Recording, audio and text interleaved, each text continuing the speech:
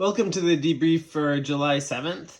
For this debrief, I think I want to just try to put some of the starting skills that we've been working on in context, so that you understand why we're doing what we're doing. So a lot of the time when you're sitting on a start line, most boats will sit like this. We're imagining the wind's coming down the board. And these boats will all tend to slide sideways along the line the longer the time goes on. And you slide sideways more the further off the wind you are. So here you might creep a little bit forwards and slide a lot sideways. And so these boats sort of tend to slide down the line like that. But usually people will sit like this on the line. But if you can turn up into the wind like that, if you're number 3, you slide sideways a little bit less. And if you can get even further up into the wind, you might actually only slide backwards instead of sideways. So if you can slide sideways a little bit less, then slowly the boats beside you slide more and you open up this nice hole to leeward. Then when it's time to accelerate, you can bear off, heel to leeward, sheet in, and get a better acceleration than those boats beside you. Maybe this one gets a good acceleration, but this one's going to have trouble because they don't have room to bear off to get going. So pointing a little bit higher into the wind opens up that space there. Now, if you can point straight into the wind, then when you start drifting, you drift straight backwards. And if you can get flow on your centerboard and rudder, you can push your sail back and do what we were practicing, where you can back out of this spot on the line, and then you can sail back into it again. And so this is repeatable. You can do this over and over again. Actually, if you get good at it, you can reverse this way and then come back in over here. But even if you reverse here and come in over here, if you can sit head to wind again, these boats will drift sideways, opening up that valuable spot to leeward. So that's one of the things that you're doing. But the downside, so that makes it sound like sitting head to wind is the be all and end all. The downside of sitting head to wind is that you're vulnerable to people coming from behind. So if you've got another boat here who's looking for a spot on the line, maybe they're desperate, there's not much time left. So they come in and they say, oh, look, this boat is head to wind. They can't defend themselves. I'll explain what that means later. So this boat can come in like this.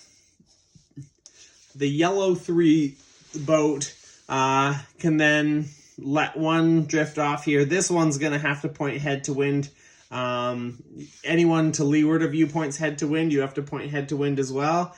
And now this yellow 3 gets the nice acceleration instead of the green 3. So what can green 3 do to defend themselves? One of the rules in the rule book is that when you acquire right of way, you have to initially give other boats room to keep clear, unless it happens because of the other boat's actions. So if 3 actually sits like this on the line, if green sits like this, then red, let's turn to red because I said red. Then red comes in and they can head you up, but they can't go in here because they would go in between your main sheet and your transom. So when you do a reasonable head up, the rule says that you're allowed to act promptly and in a seaman-like manner.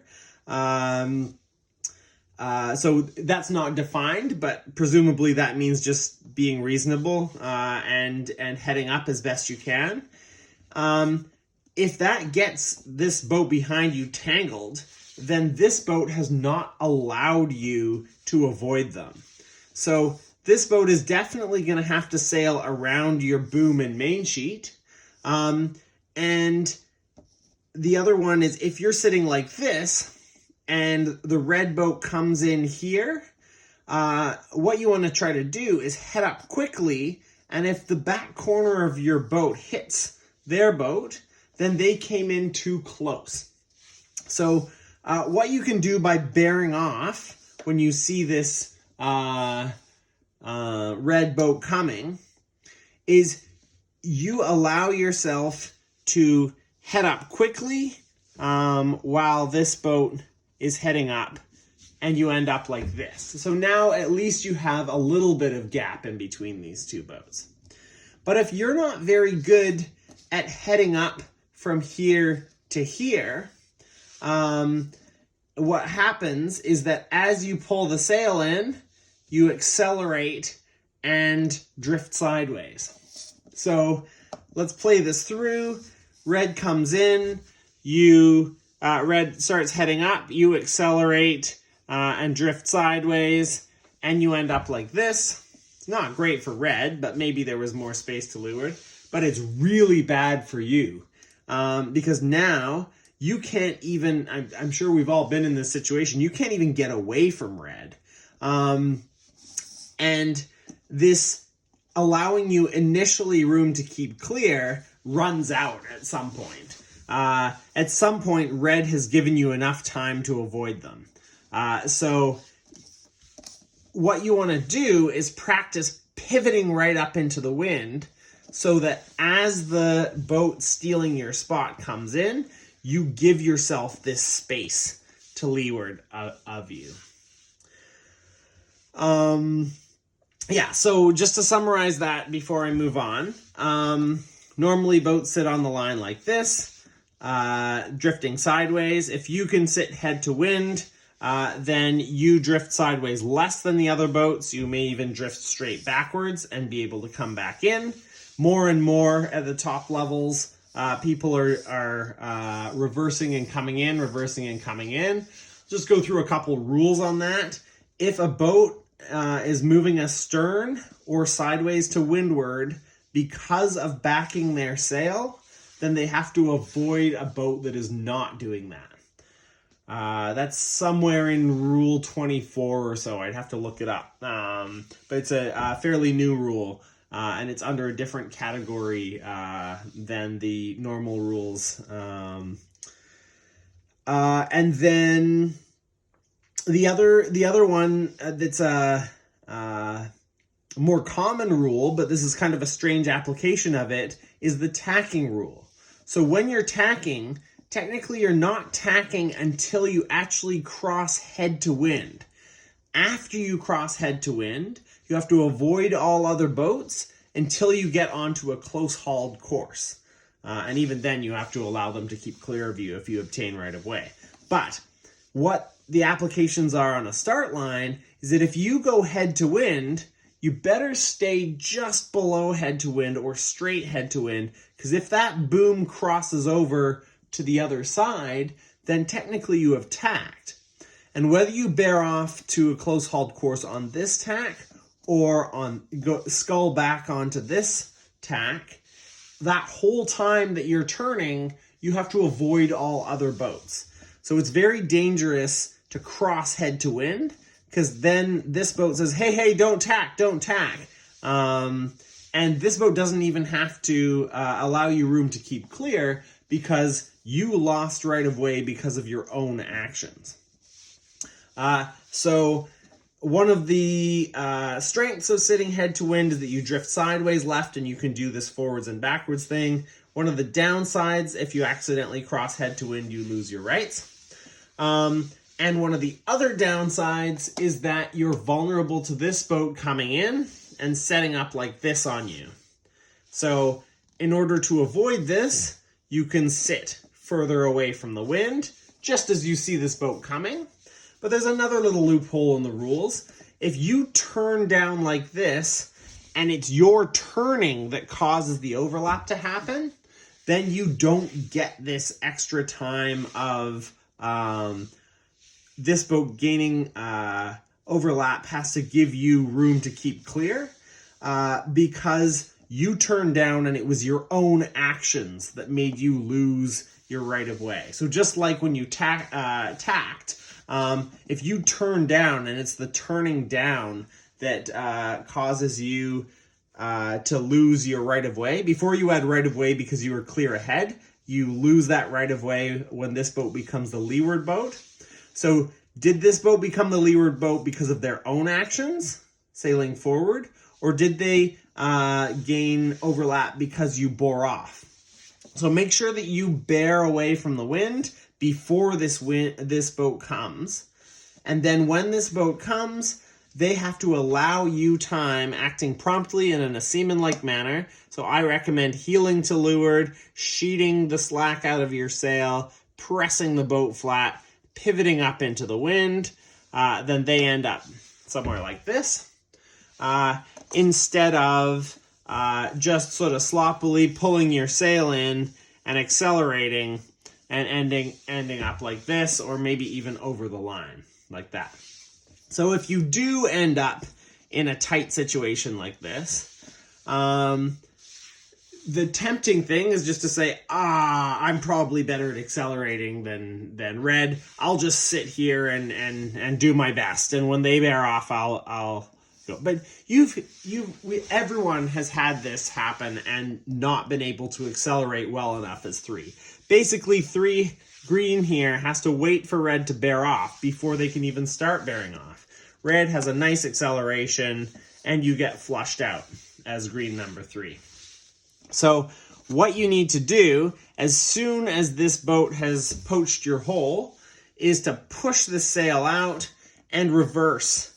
So it's nice if you can come back here. That would be the expert move. So if you can reverse onto starboard tack and have a very loose main sheet and even push it out even further and steering backwards, slide up the line like this, then gradually lose that backwards momentum and do a quick pivot up, you actually turn the situation around. Now you're the aggressor, and yellow probably has to reverse out and come back in. So that's the ideal situation, if you can reverse and come back up further up the line. But that takes a lot of skill and practice. So maybe you reverse out like this and come in somewhere else. Or maybe you push the sail too far out and accidentally tack. But that's okay too, right? You can come back in over here or somewhere else on the line. So this reversing skill, you want to use it as soon as you realize that you're in trouble. So let's say you didn't see this boat coming. Even at this point, you can start pushing the sail out and exiting. You don't need to spend any time like this. Everyone knows that this doesn't end well for green 3. So, talked a little bit about bow up versus bow down. I mentioned the difference between accelerating and sliding sideways versus just pivoting up into the wind. Maybe I'll just mention we had a couple of successful ways of pivoting up into the wind.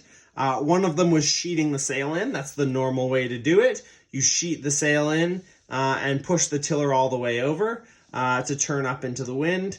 But sometimes that takes a long time. And if you're sheeting and sheeting and sheeting and sheeting, you can accidentally accelerate a little bit. And then you get into that problem we had before. So what we had some success with on Thursday was grabbing the boom with our hand and pushing the tiller hard over. And that could take you from here, pull the boom in, push the tiller away, and sort of pivot the boat up into the wind like this.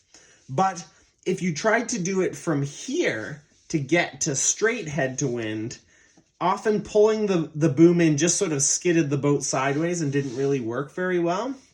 So what you needed to do, if you're already up into the wind, is tip the boat over so that the power is over here in the sail. And when you press the boat flat, that pivots you up into the wind. So what we were doing that for was because when you're pointed straight into the wind, it's a lot easier to reverse. So if you try to reverse from here and push the sail out, what tends to happen is just the opposite of pulling the boom in. If you pull the boom in, you pivot up. If you push the boom out here, you just bear off. So you don't go into reverse, you just slide sideways. So when you're starting to reverse, you want to start from head to wind, or almost head to wind. Okay, so that was about reversing, the applications there, pivoting. Now, reversing out of a spot is doing this. Reversing to windward is what I was talking about, where you try to end up on starboard tack, keep the main sheet loose here, and you sort of drift, and then heel the boat to leeward, pivot, and come back in over here. So I call that reversing to windward, a combination of the reversing skill and the pivoting skill. When you first try it, you tend to reverse like this and then come back in the same place. And that's a problem with the pivoting, not a problem with the reversing. Then the last thing that I want to talk about is crab walking. For crab walking, maybe first I'll just describe it. So if you're close to head to wind and you push your sail out to about here, you get force pushing sideways here that usually wants to tack the boat. And this is one of the challenges of reversing. If you want to reverse, you push the sail out really far so that the force is pulling backwards, and then you start reversing. But if you just push the sail out to about here, it wants to tack the boat. So what you can do if the boat starts tacking is sculling or jamming the tiller over that way. So the back of the tiller becomes like a fin of a fish, and that propels the back of the boat sideways. So the front of the boat is turning like this, and the back of the boat is skidding along as you scull. And you can actually make your way up the start line like this. And so they've made this super illegal. So it's illegal because you're not allowed to scull except to turn down to close hauled course. You're obviously not trying to do that because you're backing the sail. And then also with this relatively new rule, a boat sailing backwards or sideways to windward because of backing the sail, she'll avoid one that is not. That's specifically describing this sliding sideways activity. If you're sculling and touching the boom at the same time, that is usually an immediate flag from the jury. So you get in trouble for that. So, but what you are allowed to do is to stop the boat when you come up to the start line. So you can sail up to the start line, push the sail out, and then prevent the boat from tacking by doing one violent turn this way.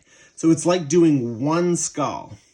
And then if you pull the centerboard up, that one action, well, I guess there's a couple of actions, but you head up, back the sail, and do one jam of the tiller with the centerboard up, can slide you significantly sideways.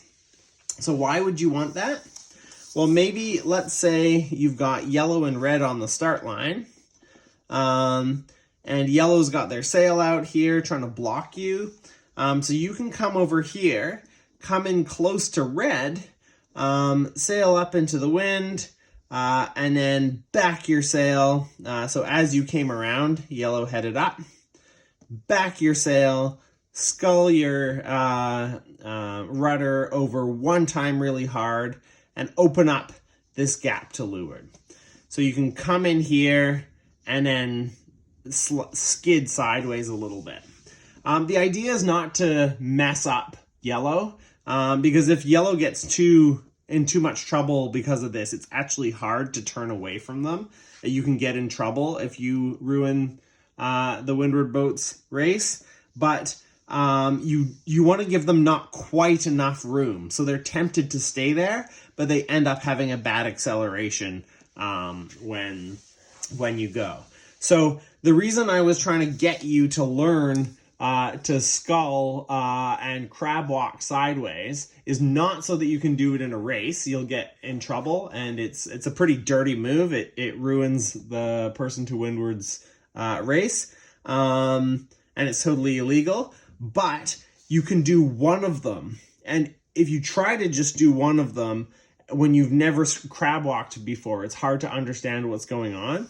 So after you have the idea of crab walking, then you can head up, back the sail, and then before the boat tacks, jam that tiller over, let go of the sail, and you sort of skid up the line like that. Push the centerboard back down, and you're ready to go because you have this acceleration hole.